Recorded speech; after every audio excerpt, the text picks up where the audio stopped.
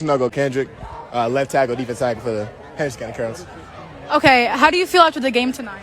It wasn't pretty, but we got the job done. That's the most important part. I'm proud of the guys, the way that our guys just locked in at the end of the game, put in tough situations, and the way we handled it, I was very impressed with that. So we're just making sure that we get better every single week. That's awesome. How do you feel about that tackle you got today in the game? It felt pretty good. I ain't gonna lie. I don't play a lot of defense, but get tackles and stuff like that, it feels good for sure. That's awesome. I love to hear that. And one more question. How do you think the season's going to go this year? I think it's just going great. You know, we start off with a win on a new field, a lot of pressure going into this game, and I feel like as long as we get better every single week, then we're going to be great. Okay, thank you so much. You did really good today.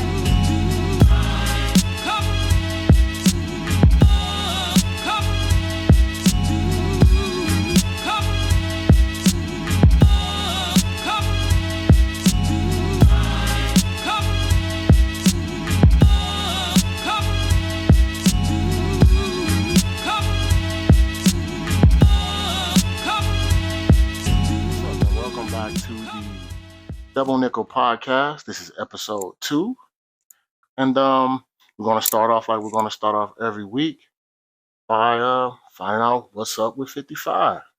So Yusef and his team started their regular season last Friday, playing against Meade County. They got the 35-34 tough win last week. So they're starting off the season 1-0. So to start off, just tell me how you felt you played last week in this last game. I feel like I played pretty good. Obviously, there's always room for improvement. I just need to make sure I'm getting better every week. But I say overall, I didn't give up any sacks or tackles for losses or QB pressures or anything like that. So stat-wise, it's a pretty good game. I have 5 pancakes. Yeah, I had 5 pancakes. And so I had a pretty good game. But, obviously, I can always get better every single week. All right. From my observing at the game, I think it's kind of the way I thought it would play out. Not necessarily play out, just based off of the fact you guys have a really inexperienced defense. You guys had, was it 11 new starters or 10 new starters? 10 new starters. Y'all rotated in maybe 4 or 5 other guys outside of your starters. Those guys were inexperienced too. So it was basically the first varsity snaps on defense for a lot of guys. Offensively, you guys have a lot coming back as far as experience and weapons on offense. So you guys were able to score and had some issues here and there just that you got to clean up in regards to helping on defense. So in that game, Trajan played really well. I think did he pass for over 150? No, not 150. I think it was 120. So like 120, then he rushed for 120 something. 120 something as well. You started running back out over 100. Yeah, 114 or something like that. I think so. And so he had 1 touchdown. Who, the running back? Yeah, he had the wheel route. Oh, he had the long reception. So you guys looked good and explosive on for the most part of offense. Of course, there's stuff you can work out. Of course, you got the things that you got to work out defensively. What are some things in your eyes you feel like are important that you guys fix between now and this coming Friday? That we just focused on getting better at what we need to get better at, like offense. We had a good game, but we learned how to capitalize. I think is the biggest thing with our defense being so inexperienced. When they do get stops, I think both times they did get stops, we end up having to punt both times. So we can't afford to be doing stuff like that. Right. We got to make sure. I think the second half, after having the great first half, I think we got the ball back second half. We didn't score. So it's like stuff like that. We got to be able to not get complacent in the game. Right. And that's one thing our coaches told us was, once you get that lead or once, the offense runs, it's got to stay that way. We got to capitalize on opportunities the defense gives us. And, it's a lot of pressure on us to make sure we hold our end. And I think defensively, we got to get better every week. As you saw in the game, they got better, a lot better the second half. Right. Second half, they played a lot better. They didn't give up as many big plays, really. Right. So I think the biggest part is defense is getting better because they shown in the game they can get better. So this week, if they get better and offense capitalizes on the opportunities the defense gives us, and then we'll be perfectly fine. I know the big thing, like defensively, that's like the really obvious part that's different than last year is that just being able to put the pressure on the quarterback. You guys had 2 really good pass rushers on the edge, and then your guys in the middle could push the pocket too. So that's something you guys. It wasn't as prevalent as it was last year, and I think it put a lot of pressure on your secondary Hmm. this year, and having an all new secondary, um, not being able to get that pressure, it could be a little challenging. Hmm. Especially you guys went against a pretty decent quarterback. I Yeah, think he was pretty good. yeah, I think he threw for over 200 and rushed for over 100, 4 touchdowns total. So, uh, that's a challenge. One thing I noticed is like talking about the secondary is Max was this his first was this is this his first year ever playing in the secondary, As far, at least in high school. yeah, as far as I know, I don't. I'm pretty sure. He played quarterback. Yeah, I've known him as a quarterback, and so this year, obviously playing varsity safety, he's never had yeah. before. To go from a quarterback to a safety and actually be He had 10 10 tackles. tackles. Yeah, he came up, and I mean, and it's not one of the, even though he's playing free safety, it wasn't like he was just making a bunch of tackles, like 10, 15 yards down the field. He Hmm. was filling the alley, making stops in the run game. And I mean, not just, getting people on the ground, he's making good, solid tackles like he's been playing safety his whole life. So that was impressive. Um, like you said, it was good you guys got some pressure in the second half, which I think um, help you guys out. So the way the game went, you guys kind of went back and forth.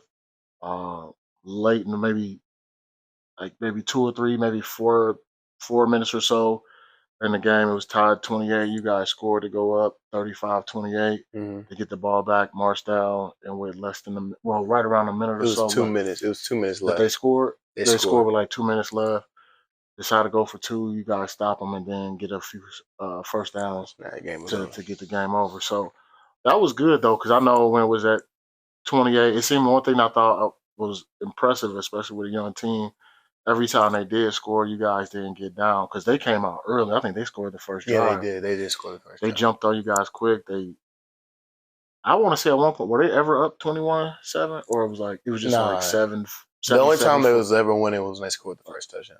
That's the All only right, time it was ever up. all right. So, but they always kept Hmm. tying the score. So you guys never. I don't think anybody got more than the 7 point lead at No. any point. So the game stayed within 7, and y'all just kept fighting through it. Um, One thing was again impressive that even though your defense was having their struggles, the offense never seemed to be blaming them. It was like, all right, now we got to just Hmm. do our thing. So it was a whole lot of positives. I got to, like I talk about all the time, you got to clean up Yeah, we had the a lot of bad penalties. unforced penalties, procedure penalties.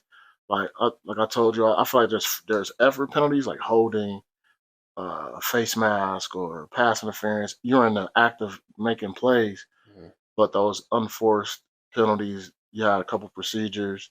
Um, uh, of course, you had a couple personal fouls. Like that stuff got to get cleaned up. Mhm. But overall, man, it was, as far as you played really well.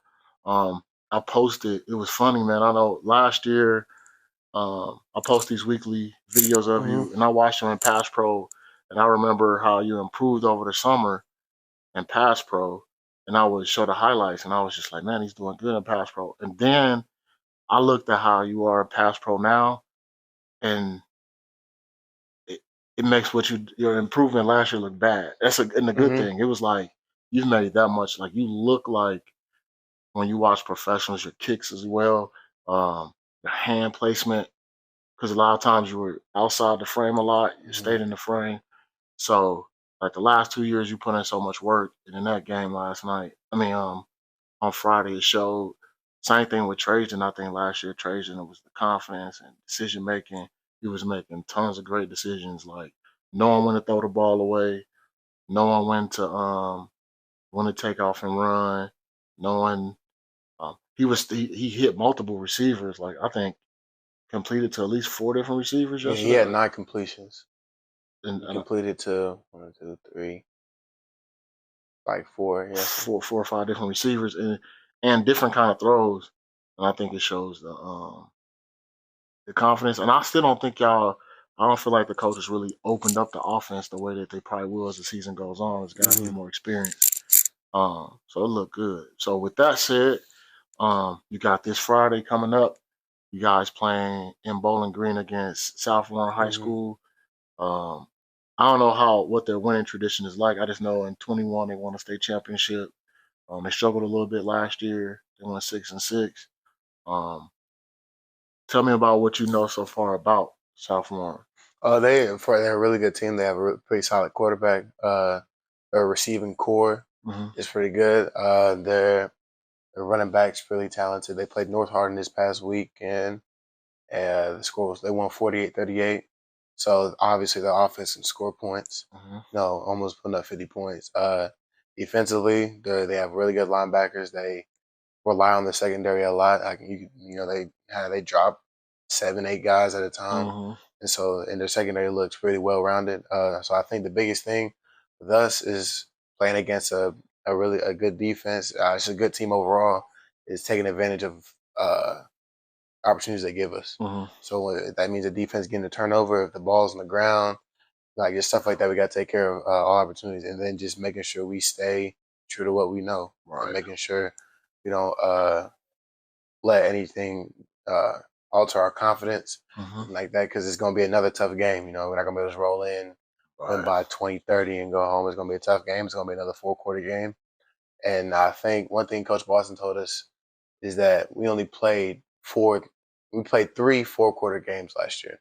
Right. Right. That's it. I only played in the fourth quarter Those are the 3 games that we lost. that you lost, unfortunately. But because I think last year in y'all 10 wins, y'all hit the running clock every single game, right? Something like, yeah. Yeah. You I might have didn't got have to play the fourth quarter in any of those wins. right.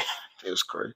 And so year, it took the 3rd game before you played a second half last year. It's crazy. So I think the good part from last week, that was the first fourth quarter game I played and won. That was the first close game I ever played and won. Usually it was a close game, we lose. So now I know what that feels like. That's good. How I feel in the fourth quarter when when it's time to grind and stuff like that.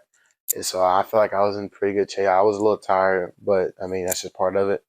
I mean, you're not gonna be, you're not gonna have a whole bunch of stamina, especially through that whole entire game. So making sure we take care of our bodies. It's gonna be hot this week, so I think we can't be having guys go down because of cramps and stuff like that. So we got to make sure we're healthy. But I think it's gonna be a great game. Yeah, I mean that is true. I just kind of realized that is like the first close game y'all played, and you guys came out on top. And so I think that's what you guys might end up having to do a lot this year. And the fact that you guys fought through it and handled your business like you're supposed to is a really good thing, And I think another thing is, even though when they came back and are coming back and just kept, I think we never lost confidence. Like we knew we was gonna win the game the whole time.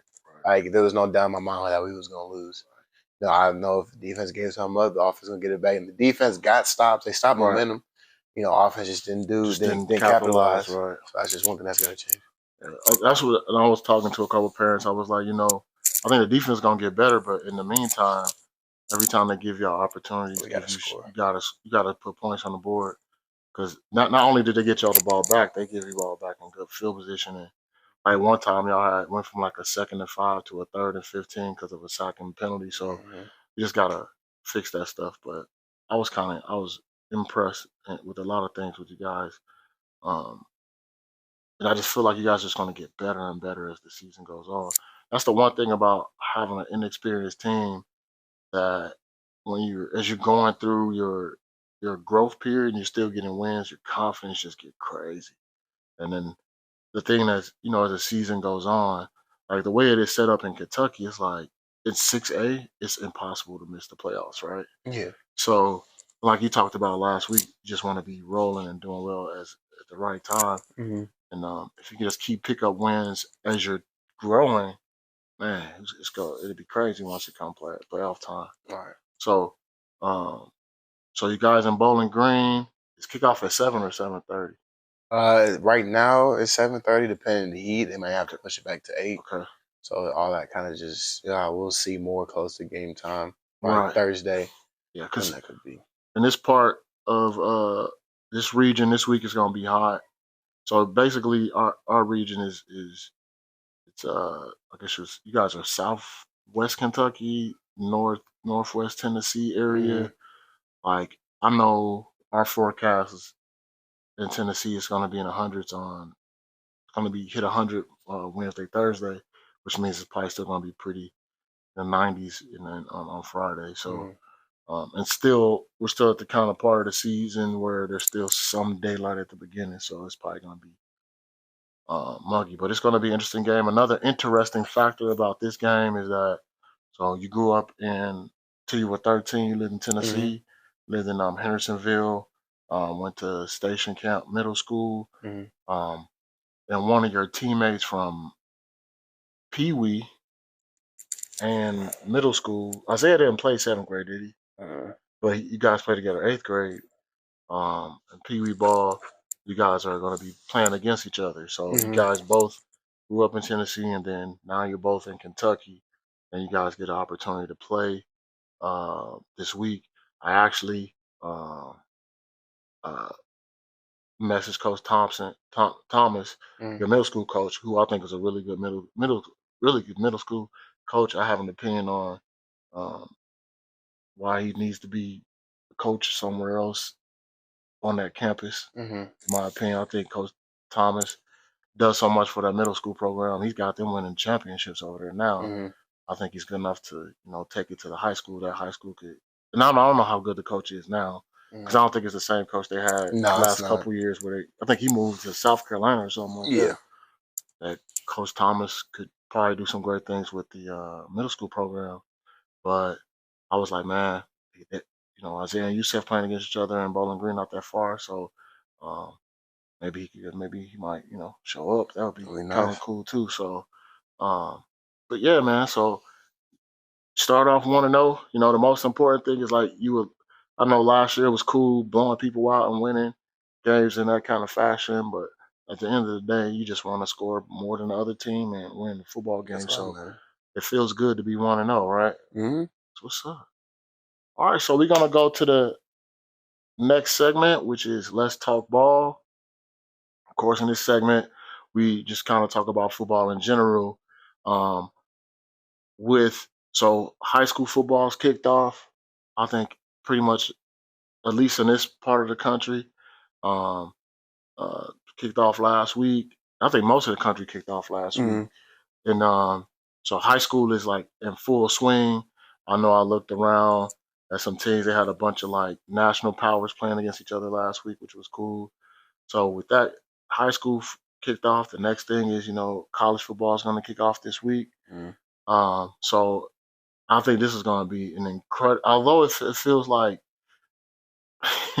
it almost feels like Georgia might get the three-peat, but no, I don't think anybody in modern day has three-peated in college football. Mm-hmm. So I just don't feel like they will. But they are, I think, clearly the best team in the country. But still, there's so much that's intriguing about college football. I think the transfer portal makes it interesting because it's just like free agency with the NFL, and then of course all the stuff with conference realignment. But one of the big stories since the end of last football season, all the way through to coming up as the college football season is um, Deion Sanders moving from Jackson State to Colorado and all the stuff that's going on there. Um, Tell me, like, what do you feel about some of the things that's happened with Colorado and Deion and what he's done with that program I from what you've think seen? I think he started off on the right foot. I think he's trying to shift the program in a different direction. Like you saw how he got a lot of the dudes that was there. A Hmm. lot of those guys aren't there no more.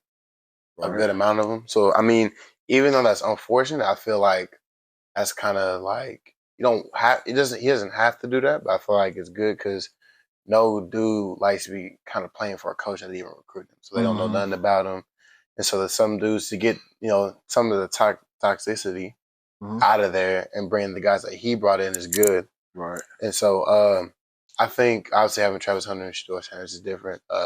His son Shiloh, the safety, he don't seem terrible. I think he's pretty good. He can hit for sure. Right. But I think the only thing that's holding them, I think it's like size wise, they don't look that big for a Right. college team. Right. They don't look like super big. I think they look kind of small. Like, Right. and that's kind of it's really offensive line and defense. Like the linemen, it's kind of like the biggest difference between all divisions of football. That's kind of like the difference maker. It's like the Right. dudes from Division 1, 2, and 3 NAIA to the Big Ten, the SEC. Like the SEC is the biggest dudes in the country Hmm. are all playing. It's kind of like I think that's what's the difference between them right now. I think This year, I don't. If they make a bowl game, Oh no, I seen their schedule. that's It's a not if. gonna That's be- if they make. That'd be cool. it's gonna be tough. But I don't think they will. I think it's gonna take. I think it's gonna take him probably two. So I'll say 2 seasons so he can get the Mhm. dudes that he's brought in now Mhm. when they are playing. Right. I think when he gets those dudes in and they're like playing, I think that's when like things will take off for him as long as he stays there. I think if he stays there for 6 years. 5, 6 years, if he get him to a pretty good caliber, I think he'll find a bigger job. I think he'll go there. But I think he's handling it the best way he can because I know he's going through some physical serious health issues, and so for him to still be there and active, even with his health issues and stuff like that, is good for the program for sure. But I think this year, I think it kind of they're just going through a transition period, which it's like all of college football, like Mhm. just going through it, just trying to like I saw Kansas get a new stadium, Vanderbilt's still trying to build their stadium. They're about to Right. play in a couple of days, and I think college football is just going through a transitional period right now, and I think in like 4 years is when Mhm. everything will be kind of set in stone. But I think right now a lot of schools, like even SEMO, like they're getting a whole bunch. They just got new turf, they're getting new facilities, They're building a new locker room, at like to show like doing all the improvements on their stadium Mhm. because when they get done with all the stuff with the stadium, it's even though it won't be technically a new stadium, it's gonna be a Yeah. stadium. So I think like literally all over the country right now, they're just going through a transition period. So I Right. think in 3 or 4 years is when everything will be Settle down. settled down. Yeah. As far as like the Colorado thing and with Dion, like with that roster, you got to think about it like they went 1-11. They were basically statistically the worst college football team in the country. Mm-hmm. They lost their games by average almost 30 points a game. So that means you don't have no talent. That doesn't just coaching. That don't mean I won't say no talent. You don't have any talent. And when Dion came in, he had to figure out who the talented ones were that could stay, and then he could bring in his own players. Like coaching is definitely important. It's very, very important. But you gotta have talent on that level. Yeah, If you don't have the talent, you could be the greatest coach ever. And you might win some games, but you're not gonna compete for championships. And I think that's what he wants to do. I know as far as his impact on that program, it's things like I believe all their home games are sold out. And like if you try to get tickets online, like you're gonna pay. They sold out there. I don't know if they had I don't know if they sold out their spring game, but they had great attendance at the spring game, and they only like super big programs have that kind of attendance. Um, I think he's really trying to do a culture change. So I mean, they won one game last year. I looked at their schedule; it's not easy. So they might win 4, maybe Mhm. 5 games this year. Um, they start off the season. They play somebody good first game. Is it Oklahoma I don't know. or is it or do they play? Oh, they play TCU first game. Oh. TCU was national runner up last year, Mhm. so that could get ugly if they. But then what if they come out and beat TCU? So um, my big thing is with Colorado, like I watched Shador. I watched like they little show they had when Shador was in high school, Mm. and then I watched him at Jackson State. And like I look at Shador and I'll be like, he's a good quarterback, right? Mm. But coming out of high school, he was he was a 4-star, but he had committed to FAU. I mean the FIU or It was FAU. FAU or whatever. And of course when his dad got the Jackson State job, I'm just interested to see how good of a quarterback um how good of a quarterback Shador is playing at that high of a level, especially playing against an offensive line that might not be as good. Because my thing, they were at Jackson State, right? They clearly were one of the most talented teams in FCS, Mm. and clearly the most talented team in HBCUs, and they lost the Heritage Bowl 2 years in a row. And part of that was the first one. Shador didn't play well. Shador made a lot of mistakes in those games. Matter of fact, last year they lost in overtime based off of an incredible couple plays that Travis Hunter made. Travis Hunter's off. I'm interested to see um, how much he plays both ways. I think he's gonna be good either way. Yeah, I know. I've seen like stuff on like Instagram and stuff. In practices where he's can't nobody beat him in coverage and can't nobody cover him when he's on offense. Hmm.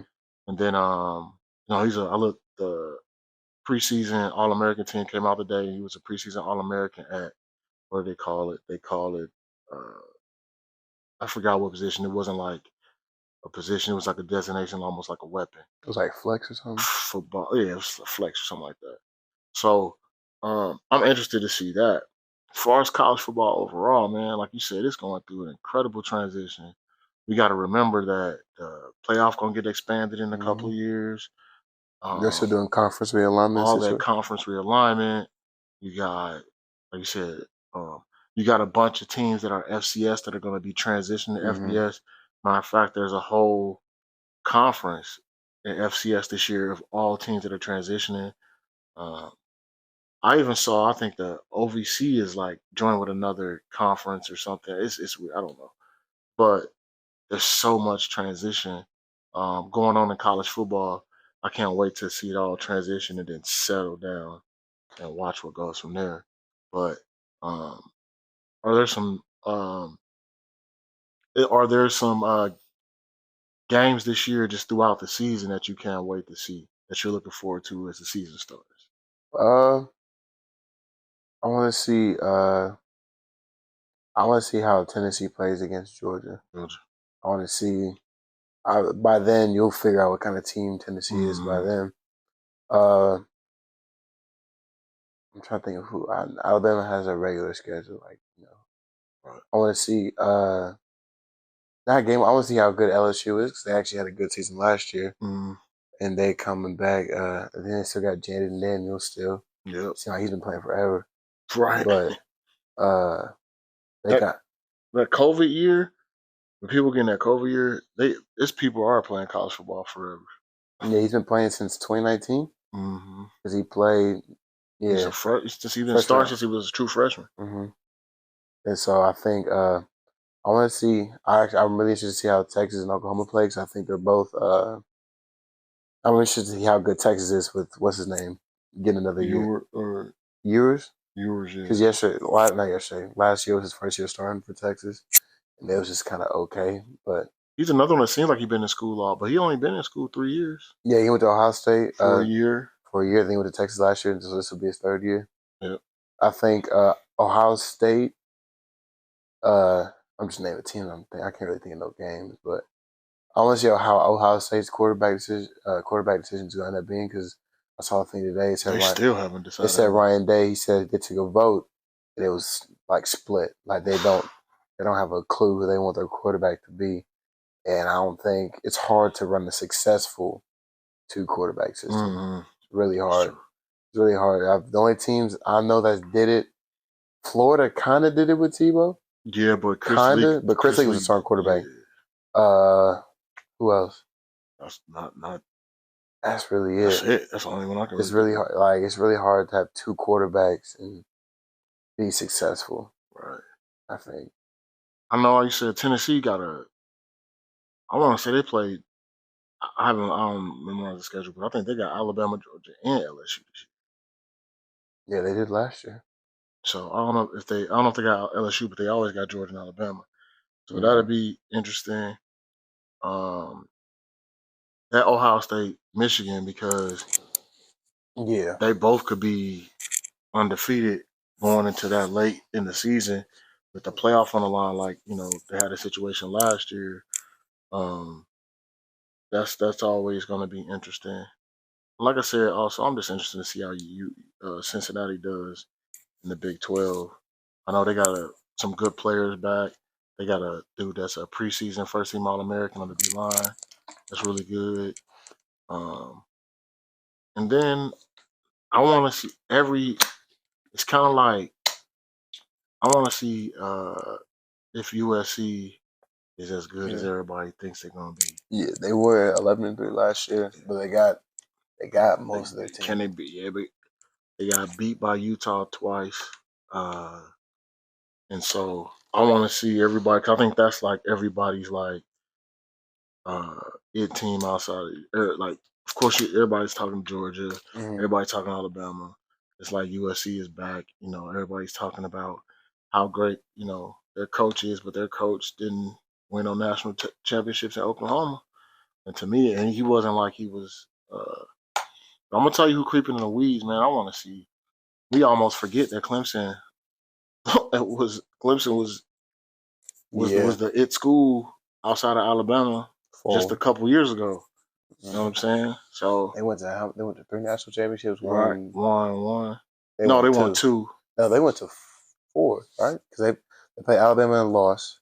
Then they played Alabama and won. Yeah, they And they went to played four because they lost to and they played LSU. Alabama again and won. And then they played Lost. LSU and Yep. lost. So they've So been to four. four national championships. He's 2-2 of national championships, and I think they had a couple rough years. Like for them, losing 3 games is rough, or 2 games is rough. And I don't think people even talk about them no more. You know what I'm saying? It's like they just sitting back chilling. So and they play in a trash conference. Only difference is they got there's Florida State's I think good again. I think Yeah, Florida Florida State. State. So they got to deal with that. But This people talking about Louisville's going to be good this year. they got some. I think they're pretty good defensively. I don't know what they are offensively. I know their quarterback from last year is with the Patriots and He's he's playing balling receiver and and quarterback. quarterback. So that's interesting. Anything NFL wise? I'll tell you one thing. I'm NFL wise. It's like so the Bengals play the Titans on October 1st, and I've been trying to look for tickets. They just crazy high. I'm sure. Like where we sat in the playoff games, they like $150 a piece on the cheap side. This was funny to show you how team for team is like. The home game before that they play the Browns. The cheapest ticket is $31. On the Bengals ones, the cheapest I've seen is like 140. So week to week. So I'm still interested to see what's up with the Bengals because I still think it's like totally up in the air if how long Burrow's gonna be out because they're not really saying nothing. Yeah, I haven't heard anything about it. So I'm interested in that. And then I don't know, man. The NFL, like I said, we talked about last week with all that quarterback stuff. I think you're starting to see um, what some like I'll take that back. You really don't know what team's gonna look like because now nobody hardly played. They only got 3 preseason games. There's only Nobody three really. now. Yeah, it's 3. So now it used to be 4. There's 2 years ago, then they went to 3. But there's a week in between the last preseason game and the season. So they'll play the last preseason game and then they'll have a week off and then they'll play first week of the season. Mm-hmm. And so, but because nobody really play their starters no more or play them very much, like you really don't know what team's gonna look like because the starters hardly play or play at all nowadays. I'm really interested to see what some of these rookies look like because Richardson is announced going to be the starter for the Colts. Interested to see what he looks like. I guess the rookie quarterback out and with the Raiders, that's from Purdue. They talking about. I haven't watched any games, but when I listen to Sports Talk Radio, they talk highly of him. Mm-hmm. So it's gonna be an interesting season. My boys, I'm like, however long Burrow's out, just don't fall too far back in the standings because I think Baltimore is going to be really good. I don't think Pittsburgh is going to be as good as people say. I think they'll be really good defensively, but offensively, I know Pickens is really good. But I'm gonna tell you, man, um, what's their tailback name? I always forget his name. Najee. Najee. I do not think he's that good of a professional football. Yeah. He's not explosive. He doesn't have long runs. Like that year he was at his last year at Alabama. Do you know he only had one run over 20 yards? Mm-hmm. I mean, I don't think he's that explosive. I think he's tough in between the tackles and stuff like that and get you short yardage, but he's not what you need. I think explosion wise, he's a decent receiver, whatever, but he averaged like under 4 yards a carry last year. He got over 1,000, but as a running back, man, you got to get. Sometimes you got to give me chunk runs. I need them 20s and 30s and stuff too. So, Mm-hmm. uh, that's that's how I feel on the professional side. I think the Bengals could struggle coming out the gate if Joe doesn't play, um, but I think they can tread water until he gets there and then do their thing at the end of the season like they did last year. Because they started the season last year at 2-5. They won, then they won 10. It started off 2-5. I mean 2-3, kind of struggled, and then they won 10 games in a row before they lost in the AFC Right. Championship. So I think the 49ers did something similar too. Like they won like double Yeah. digits in a row too. So what's up? You have anything else with the Nah, Bears? not really. You All kind of covered it last week. All right, the next one, what we got, we're gonna talk about is my segment, which is back in my day. Mm-hmm. And so you wanted to talk about like what's the differences like in the game from when I played and when to today. So the first thing is it's just not as physical. Yeah. It's not as physical. I think it's just not as of a physical game. It's transitioned from a game that was much more run heavy to a passing game. It's just offense is just wide open. Um, so the physicality's gone, and then the rule changes too. So I used to be like, as I saw the rule changes, man, it was like, man, this game getting soft. I talked to all that stuff, and I do think it's a lot softer, but it's safer. Mm-hmm. And with having a child that play, I'm cool with it being safer. Mm-hmm. Although sometimes, like it's weird now, man. When I watch highlights of some old school like big hits and stuff, and like I never thought I would look at it and kind of cringe.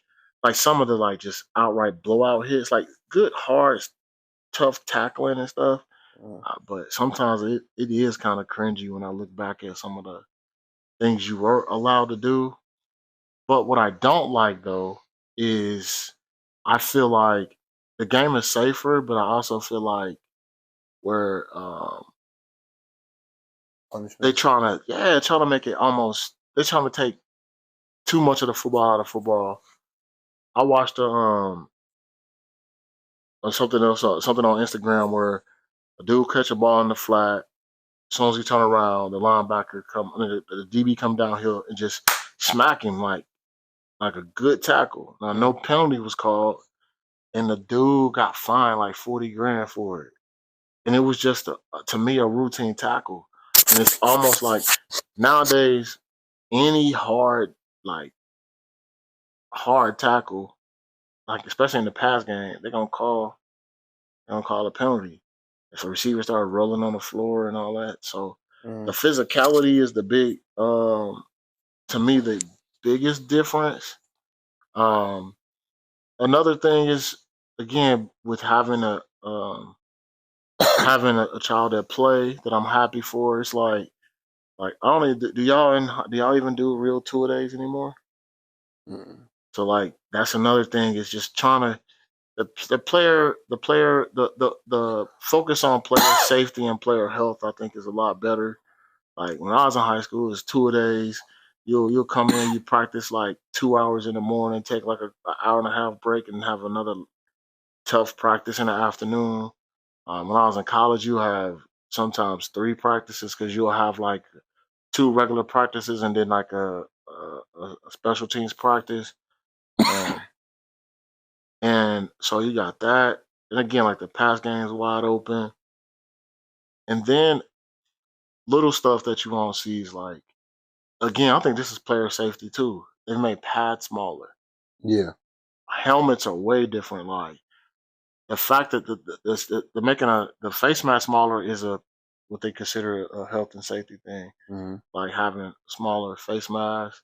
But one thing I do think I think players and kids nowadays are softer. Yeah. Like kids don't like to get critiqued. They don't like to get uh, like if you see a coach yell at a kid on the sideline, they act like the coach is doing them wrong or doing bad. I remember was it last year or 2 years ago when Trent Dilfer was the head coach at Lipscomb. One of his kids did something he shouldn't do. Like he got like a personal foul for doing something stupid. And Trent was yelling at him, and then the kid was walking away from him. I think Trent kind of grabbed him by the shoulder, turned him around, was yelling at him and screaming at him, and it went viral. People acting like he did something wrong. Like, nah, like that's what coaches did, and parents are bad about that too because, like, one thing like I will always say is I don't always agree with coaches do as far as like scheme and all that stuff, but I always tell you that you still need to do whatever your coach asks of you, as long as it's not harmful to you. But parents now, man, they see their kid getting yelled at about a coach, they be ready to fight the coach. I'm like, that's Mm. why your kid is soft. That's why your kid doesn't play well. That's why your kid out on the streets doing stuff. You don't want anybody to give them any critique. So that I just hate the softness of the game. I hate the softness of just the mentality of the game from the standpoint. Like if it from the safety standpoint, I'm cool, especially the fact that you play. And so I want you to. I enjoy watching you play the game, and and knowing that the game is safer than it has ever been. I like that, but like too much of the taking the football out of football bothered me. Like, Mhm. bothered me. From what you have seen, observed from like back in the day, or things I've told you, and being a player now, what are some of the differences you think? From what I've seen back in the day.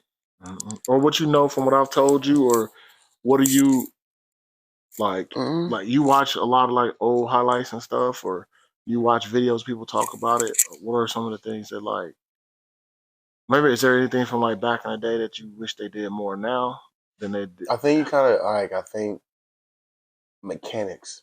Mechanics Mm, are. I think that's one thing I do notice is like the mechanics are way different. The way quarterbacks drop back, the way the receivers run routes, the way receivers run routes now is so much different from how they run back mm, in the day.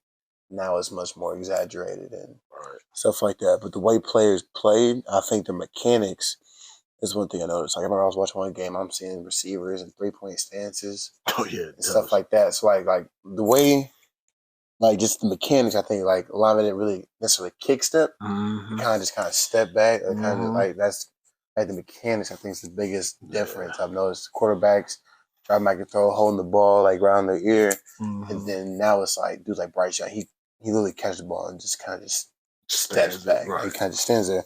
So I think the mechanics is the biggest thing I noticed.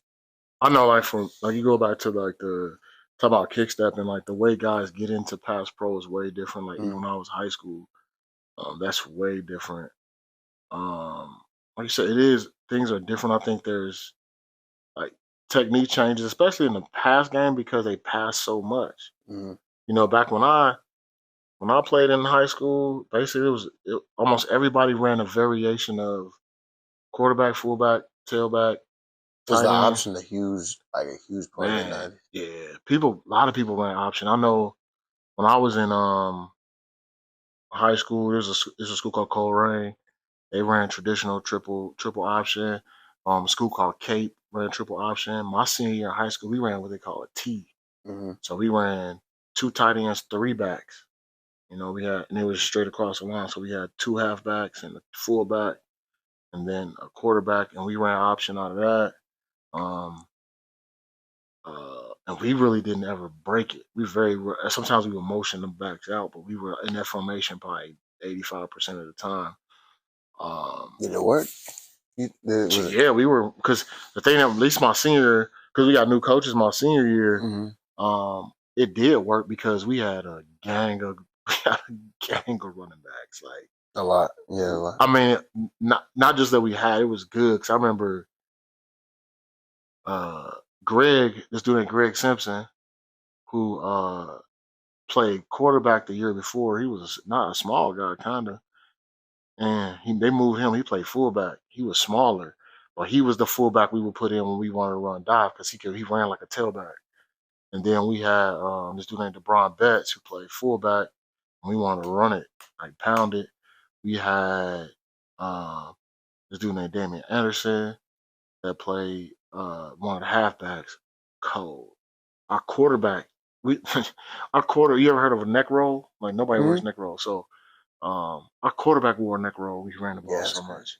He played safety too, but I mean, we just had a bunch of talent in regards to running the ball, and we had a really good offensive line, which was cool. Is like it was me.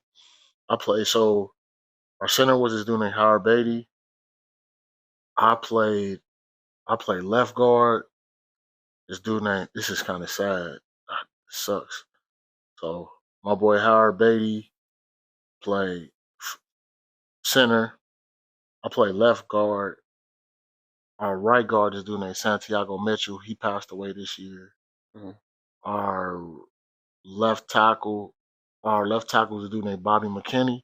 He's passed away recently. I mean, a couple years ago. And then this dude named Damon Howell, and we all.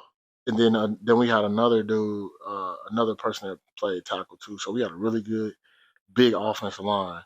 Like not big, like Santiago was like 220, Mhm. Howard probably like 215, 220. I was 250, 255. Bobby and Damon, they were like in the 270s, 280 range. What's funny is that when I look at how people, our bodies are different, like you're probably the same weight as they are, But they and looked way bigger. they looked bigger. They were built different. Um, Mhm. and then we had a tight end, this dude named Sherman Sadler. Sherman was like 6'5", 250. He was like a blocker and he could catch. And then we had my boy, my boy Brian Fry, and B Fry was just a receiver who played tight end because we didn't have a receiver, Mhm. and he was a real live receiver. And so we ran the ball a lot, and that's the one thing I do miss is the physicality in the run game, and just running the ball like old school, just getting the I formation or multiple backs with big old hard hitting fullbacks, and then tailbacks that were just as good or I think better than the running backs now because they're a little tougher Mhm. and they were just as explosive and fast. So I do miss that about old school football. But I think because I just love football, one thing about me, when things change, it's just like how we talked about music, right? Mhm. Like I know music has changed, right? Mhm. And I love the music from my era, but I don't hate the music now and I'll listen to it. It's the Mhm. same with football. I have nostalgia about how I played football, but I like the football now. There's a couple things I do hate about it. Is like one because they trying to make it less physical. Man, people are tackling. They suck They at can't tackle. They suck at tackling. And I ain't talking about like just high school. I'm talking about every level. Like Mhm. it's incredible how terrible they tackle in NFL now. Guys miss tackles. Guys act like they scared to tackle. Um, so I think tackling was better back in my day too because guys weren't afraid every time they hit somebody hard that they might get a penalty. So that's it. That's pretty much it for me. Is just I miss the physicality of it, but I understand the need for trying to make the game safer. Mhm. And I'm cool with that with because you play and I want you to be Right. safe. But but you do play physical. Like I watch our offensive line and shit. Y'all physical, and there's there's the physical. Football's still tough. It's still Yeah. physical. It's just not like it was. And some of the stuff they took out, I'm cool with. Like The blind side. like the blind side, peel back blocks, things like that. It was cool, and I ain't gonna lie. When I watch highlights of it back in the day, it's always like, ooh, I'll Mhm. send you, videos and stuff Mhm. like that. It's cool to watch, but the fact that they made it a penalty, I understand why. And so yeah, man, it's a lot safer game, and I appreciate that part. But they need to bring back like my I think targeting is the worst rule in college The football. punishment, I think, is the worst part. Yeah, because but the other thing is like I know they don't want you to put your head into tackles, makes sense, but like you can be as a tackler, you can be right your aiming area it could be perfect. And the dude just move this way, move that way, drop his head, and then you get a penalty. Like once this happens so fast, I can't adjust my target area because he adjusted his body. I'm Mhm. like, it's happening too fast. And I think that's why you see sometimes a lot of I see plays like when guys go across the middle, when people miss tackles, those are plays you couldn't do that 15 years ago. Mhm. Somebody run right through them. Dude's scared to run through folks. But yeah, that's it. So you have anything else on that? Mhm. Who was like the good college football NFL teams? I know like back then it was a little different. Like So when I was coming up, I would say my high school years, college wise, it was Nebraska. Mhm. Florida, Nebraska, Florida State. Ohio State's always been good. Michigan was really good then. I just remember I felt like when I was in high school, Nebraska, Florida State, Florida. um, Michigan. But to me, like all the Florida schools were Who were always good. they were good back then. So to me, it was like the Florida schools. Tennessee actually was one of the winningest programs in the '90s. So of course, me being a Tennessee fan, Mhm. they only won the one national championship, but they were constantly in the top 10. So it was cool to watch them. So that's who it was then. Then you go NFL wise, the Cowboys were great in the '90s. The Packers were always good because of Brett Favre. The Patriots are always pretty good because they were good then. They didn't win the Super Bowl, but they went to one Mhm. because of Drew Bledsoe. Um, I hate to say it, it hurts my stomach to say it. The Steelers have always been a pretty decent team, even in the '90s. The Steelers were good, but I guess the standout team, I guess, of the team of the '90s would probably, the Cowboys. They won 3 Mhm. Super Bowls in the '90s, but they won them. They won '93. I think they won 92, 93, 95. Mhm. So they were good. But yeah, I just remember I used to love Nebraska, bro. They ran that option. And I know he turned out not to have a pretty tragic life, but I used to love watching Lawrence Phillips. That dude, man, you talking about a dude that could run the peel. That dude was really talented. Tommy Frazier was cold. I remember watching Florida State. Peter Warwick was like, people just don't know how cold Peter Warwick was. Just go on YouTube and put Peter Warwick. I've seen it. I've seen him. Man, off the chain. Uh, like Marshall Falk when he was at San Diego State was cold. Uh, I didn't even know he went there. yeah, and then of course at the end, towards the end, Peyton was really good Mhm. at Tennessee, and Randy Moss. Like Randy Moss played. Randy Moss played a season, one AA ball. They won a national championship. It was like Randy Moss in 2 years of college football, I think scored just under 50 touchdowns. In 2 years at receiver, that's just crazy.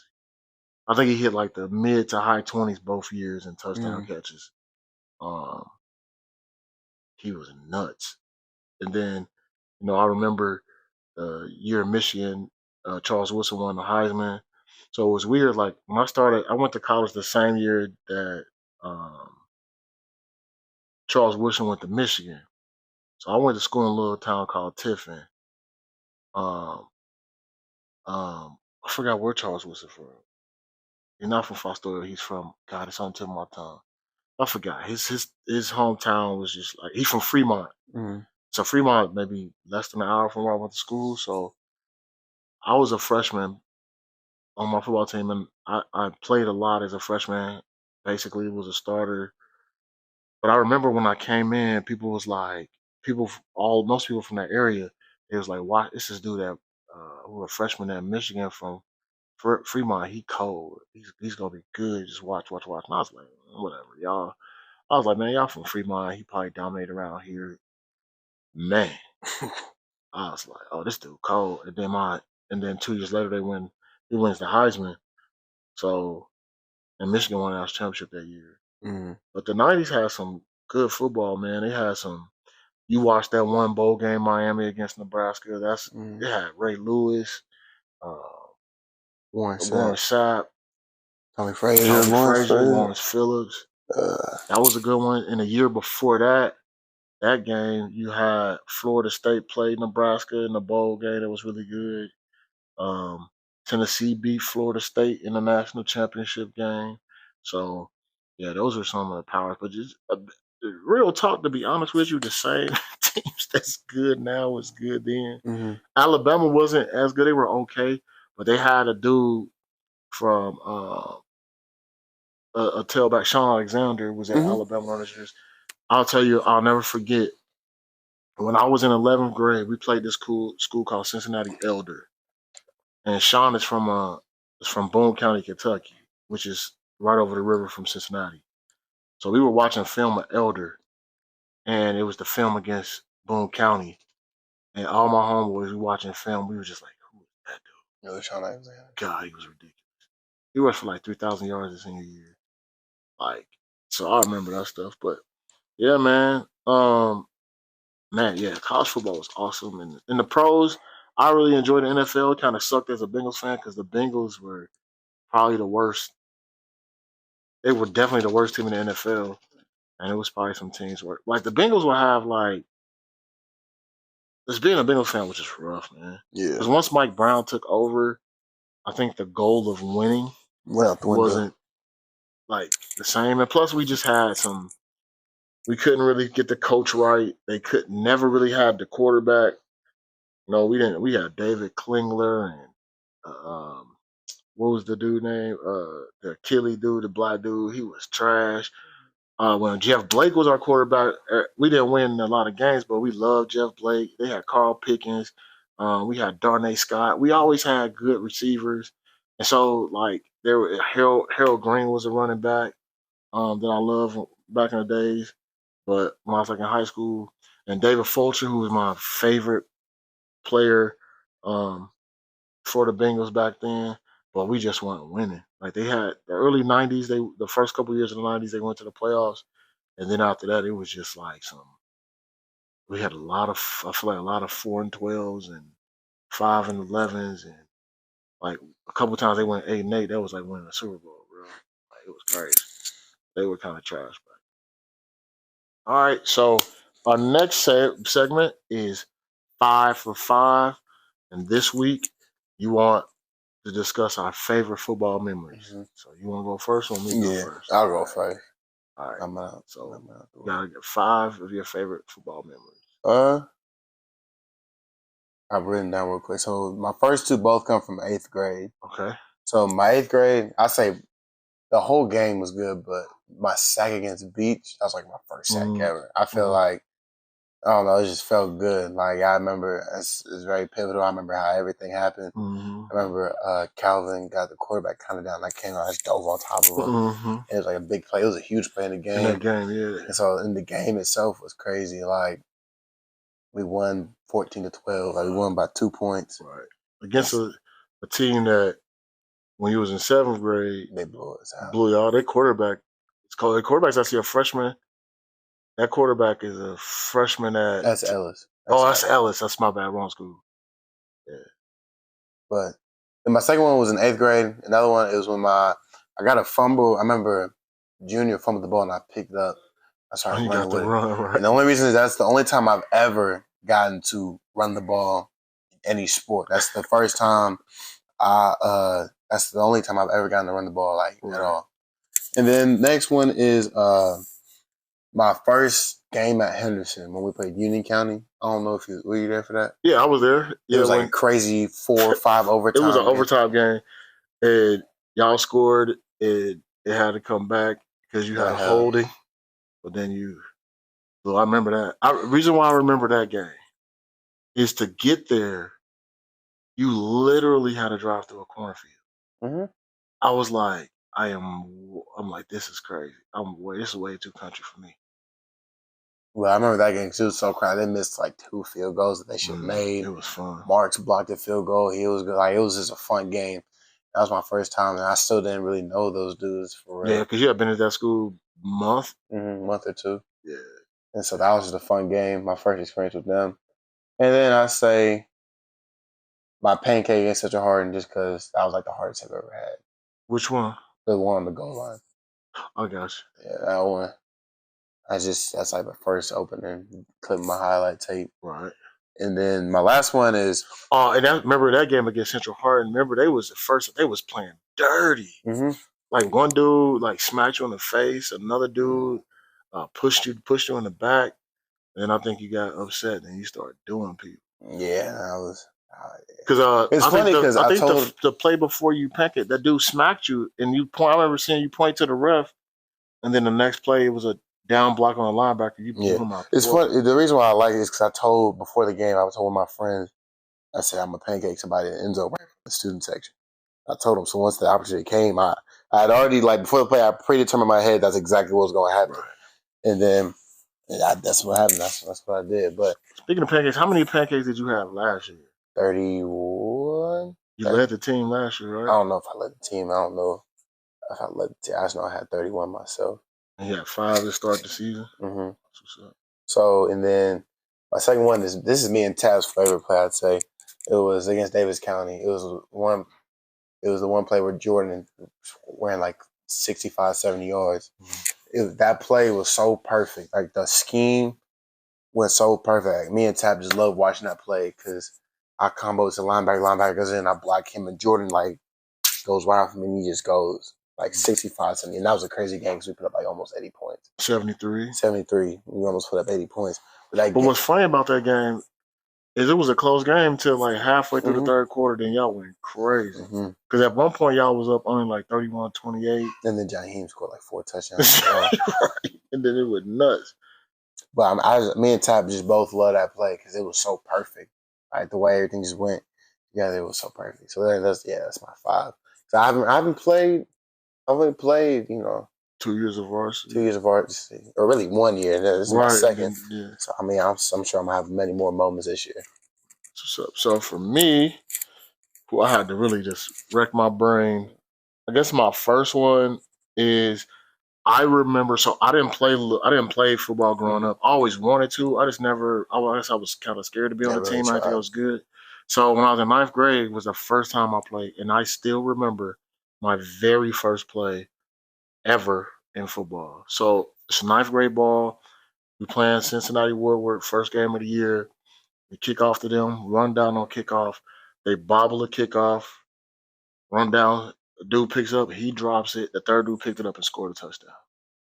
So my first play is just like, man, they beat us like 49-9.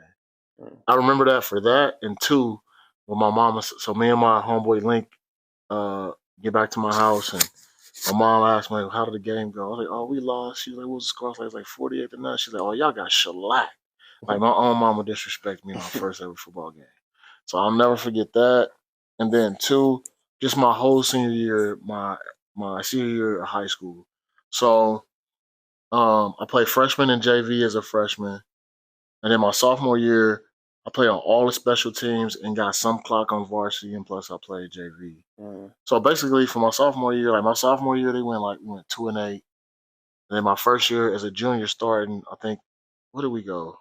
I think we went 2-8. I think we went 3-7 as a sophomore, 2-8 as a junior. And then my senior year, we got new coaches, and we went 7-3, and we beat some teams that we hadn't beaten in a few years. We had a lot of seniors who, kind of like your class last year, who've been playing together since 9th grade. A group of guys that kind of stuck it out, and we all kind of progressed. We progressed from freshman to JV ball to varsity. We kind of follow that same path, and so it was just fun to actually. We went 7-3. We should have went 8-2, but I still had. It was just fun. It was the most fun I had playing high school football. Like when we played JV our sophomore year, we were good on our JV team, but the varsity wasn't. So at least the record wasn't. Not that the team was just bad. We had the coach we had my first 3 years in high school just wasn't a good coach. So it reflected. And what kind of sucked is like, so for some years Withrow was getting better and better. They had a good program going. The head coach was a dude named Dale Mueller. He had the program going. So we coming to Withrow, we about to be part of this. And then he leaves Withrow, goes across the river to Highlands, and he has, I think, the second most or the most state championships in the state of Kentucky's history. So so that kind of sucked. My number 3, I would say, is what did I put on here? It's hard to read my daggone self. We played this team called Capital my sophomore year. We playing Capital, and their offensive line was just talking, chirping the whole time. I play in D-line now. We was chirping, and we run this line stunt. We run basically a loop. I was playing nose guard or tackle, I can't remember.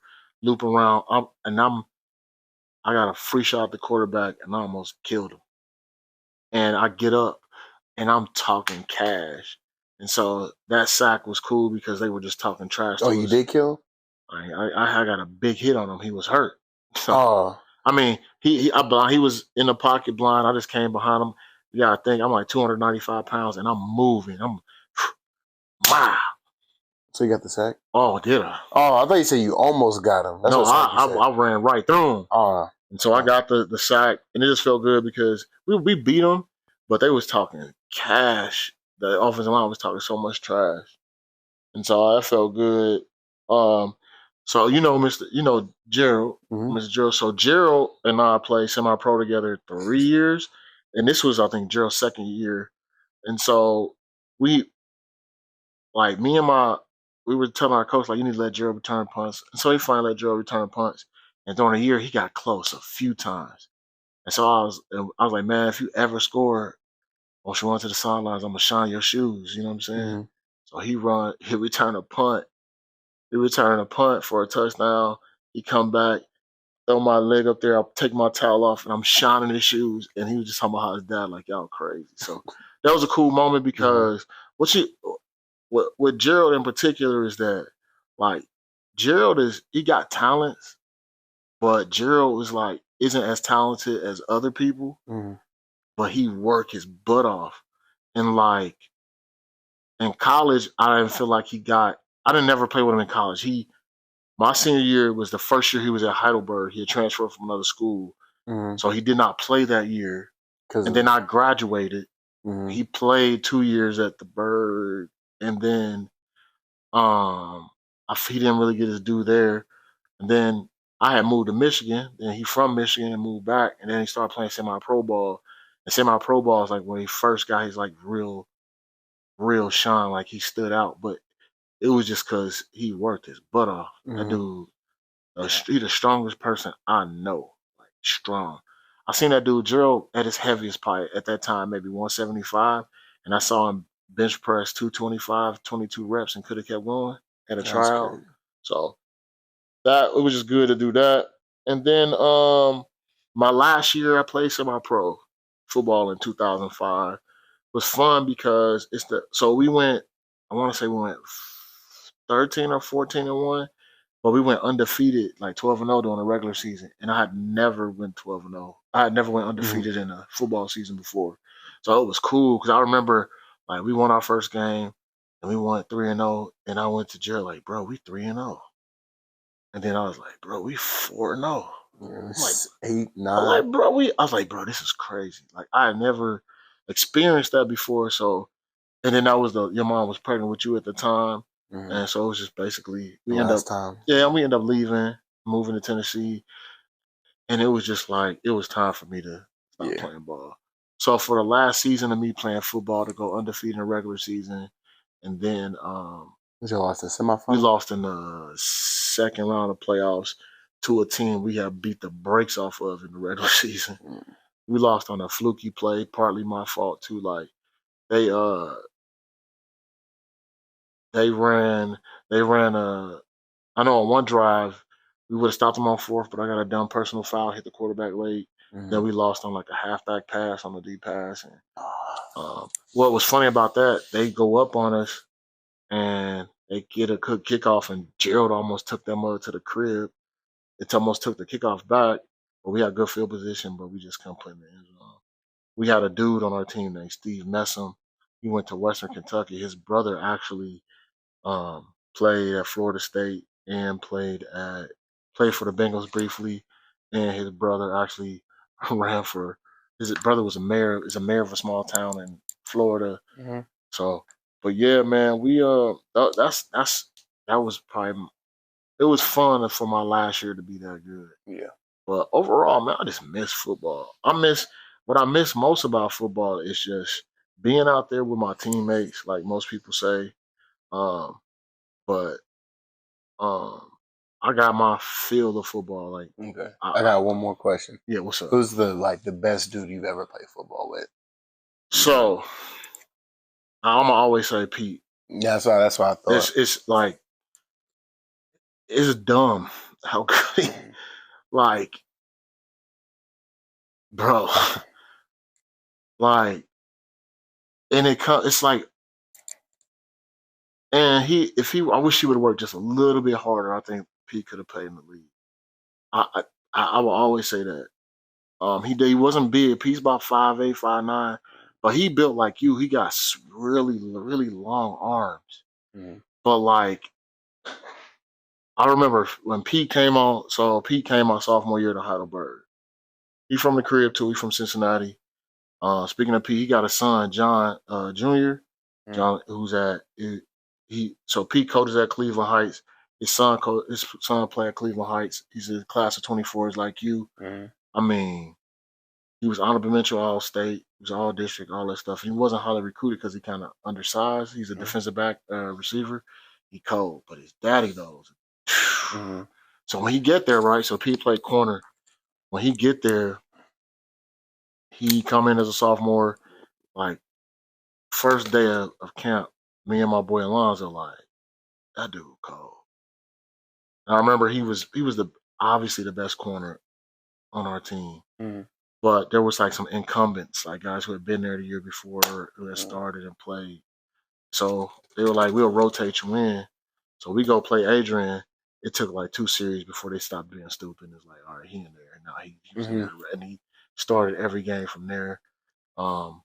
Pete he should have been all conference his freshman year, but he wasn't. But he was first team all conference his sophomore, junior, senior year. His junior year, he was an All American so his sophomore, junior, senior year, he made all conference as a corner and as a returner. His junior year, he was an All American, I think, as a returner. He could do it all, and he was like super smart. Like I remember, I could be down in my position on a D line. The offense would come out, and he would yell out to the other DBs the routes the receivers are about to run before they start, because he knew. He did a lot of film study. I remember we played Mount Union, which is the best D3 football team pretty much in history, and a receiver who was like an All American told him that they wasn't gonna throw it when he was a freshman. He was like, he basically told him like, chill. I'm like, he like, bro, we ain't really gonna mess with you.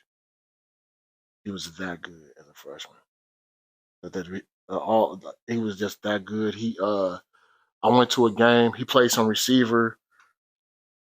He played some receiver too. I went to a game. He had like 7 tackles, a fumble recovery.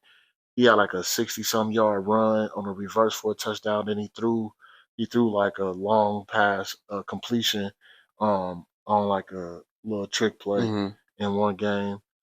He was playing receiver one time. They throw on the sideline. He do like a diving, crazy one-hand catch. They call it incomplete. The coach is like, how can you call it incomplete? Because the ref said it's impossible that he could have caught it. Like he was just he like just dove and just that talented. He could he just an all athlete. He was a great baseball player in high school. And he can hoop too. Like he can do everything. So, but Pete always wanted to be a police officer. He's been a police officer for a while now. He's a cop. He's a coach. He's really that's my dog. But yeah, he would probably be the most talented and the best player I played with. And I played in semi-pro. I played like even in Heidelberg. I played with some really good football players. But ain't nobody messing with Pete. Nobody messing with PG. How about you in just your life that you could? Nah, Jaheim. Jaheim. Definitely the best player I've ever played with. He's done stuff I ain't never seen somebody do. Like he could do everything. He returned punts, he returned kicks. He was the best corner, best safety, best running back, and best receiver that we had. I mean, and so him, like I think the craziest play I've ever seen him do, it probably is my sophomore year. My sophomore year I didn't play. We played McCracken. He broke a couple times on the line. He ran to the sideline. And I thought he got pushed out of bounds, and he got pushed. He was off of like one leg, kind of shrugged to the side, and then ran kind of across the field, broke another tackle, and scored. That and his punt return against Davis County was ridiculous too. What, last year? Well, that's the one when he came to the sideline, looked like they had him. He juked about 3 dudes, and yeah. But his quickness, and then he didn't have to make a lot of people miss because he was faster than everybody else. Yeah. I mean, Jaheim, like, because I think he got recruited to Kentucky Wesleyan to play running back, but all his highlights he put in from practice so far up there, that corner locking people up. Really? Yeah. Like, Jaheim is, like, he extremely talented. Like, Kentucky Wesleyan got a steal for real. Like, for real. Like, yeah. and I still don't know how they only gave him the ball 4 times in the playoff game against Bell. That's a whole nother. Yeah, I think. Yeah, like you play with some, and then of course Sadiq is a Yeah. whole different animal too from last year. Man, that dude had. I knew Sadiq was good, and I knew he was dumb because I remember I used to watch him on like some of the film, like from like when he was a sophomore. I mean, it was junior year. I was like, dude is cold, but I feel like sometimes he take plays off. His senior year, he was not taking plays off. But I didn't know like his junior year, he was playing both ways. It probably could be that way. But his last year, he was. It was just sometimes I used to be like, it's unfair. Like when y'all play Apollo, that's like I was already knew he was cold. I was like, oh, then Apollo, I was like, oh, there's no way there's a better D lineman in the state of Kentucky than him. Because I was seeing like that dude, like the dude from Boyle County and the dude from St. X was ranked higher than him at the start of last year. I was like, and I was like, they ain't better than him. I was like, there's nobody better than Sadiq, and of course he was state defensive player of the year, as he should have been. His profile on Louisville said he was state player of the year twice. Was he state defensive player of the year? I don't think so. I think last year was easy. He was easily. He got 21 sacks last year. I'm going against not Apollo against Paducah Tillman. And he had 5 sacks. And Paducah Tillman had went to the state championship the year before. So yeah. But other people are good I played against, I played with that were really good.